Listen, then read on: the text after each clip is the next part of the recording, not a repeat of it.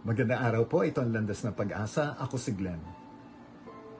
Sa mabuting balita ng ating Panginoon para sa araw nito, ang pagpapahayag ng anghel tungkol sa pagbubuntis, paglilihim ni Birheng Maria sa ating tagapagligtas.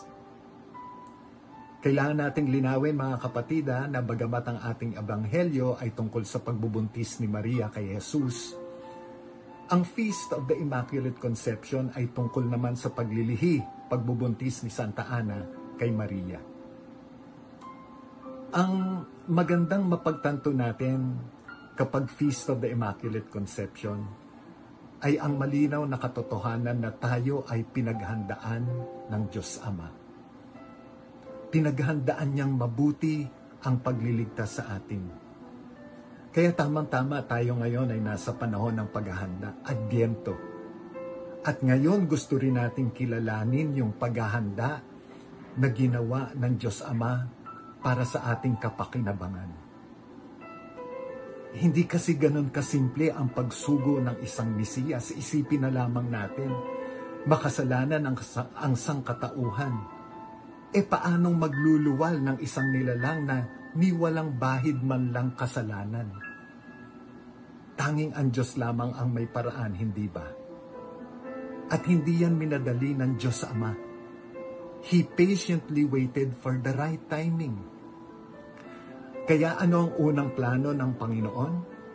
Likain ang bayan kung saan magmumula ang manunubos. Hinirang niya sa Abraham upang simulan ang bayang kalaunan ay tatawaging Israel. Ano naman ang hamon na kinaharap ng Diyos Ama?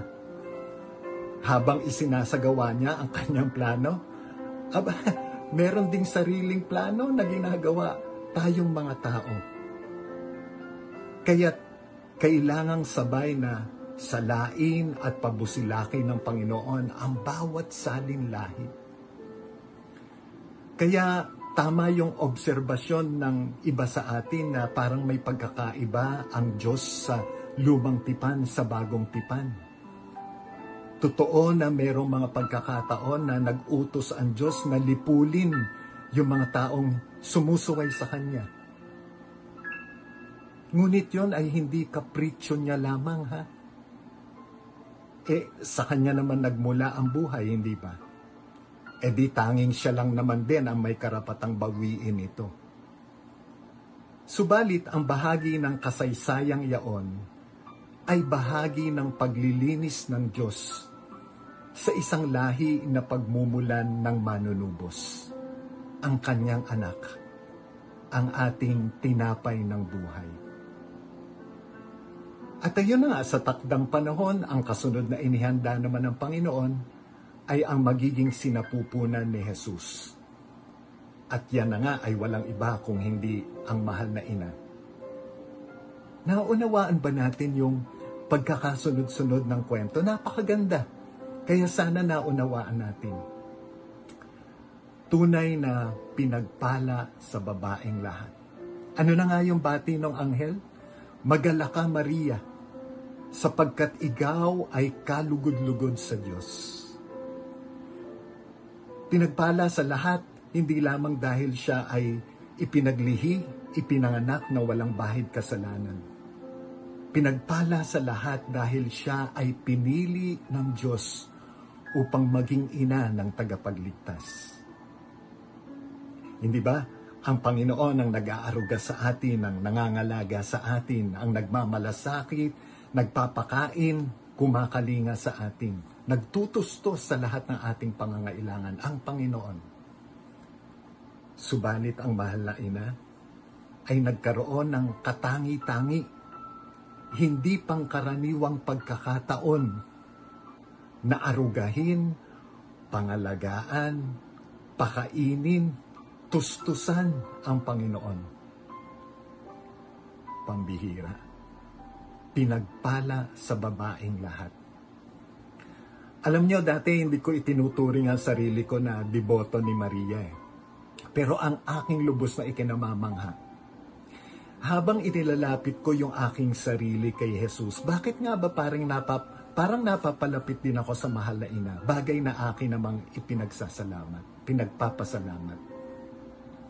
At ang dahilan nga dyan ay ang hindi maipagkakailang katotohanan na kung nasaan si Jesus, nandun din si Maria.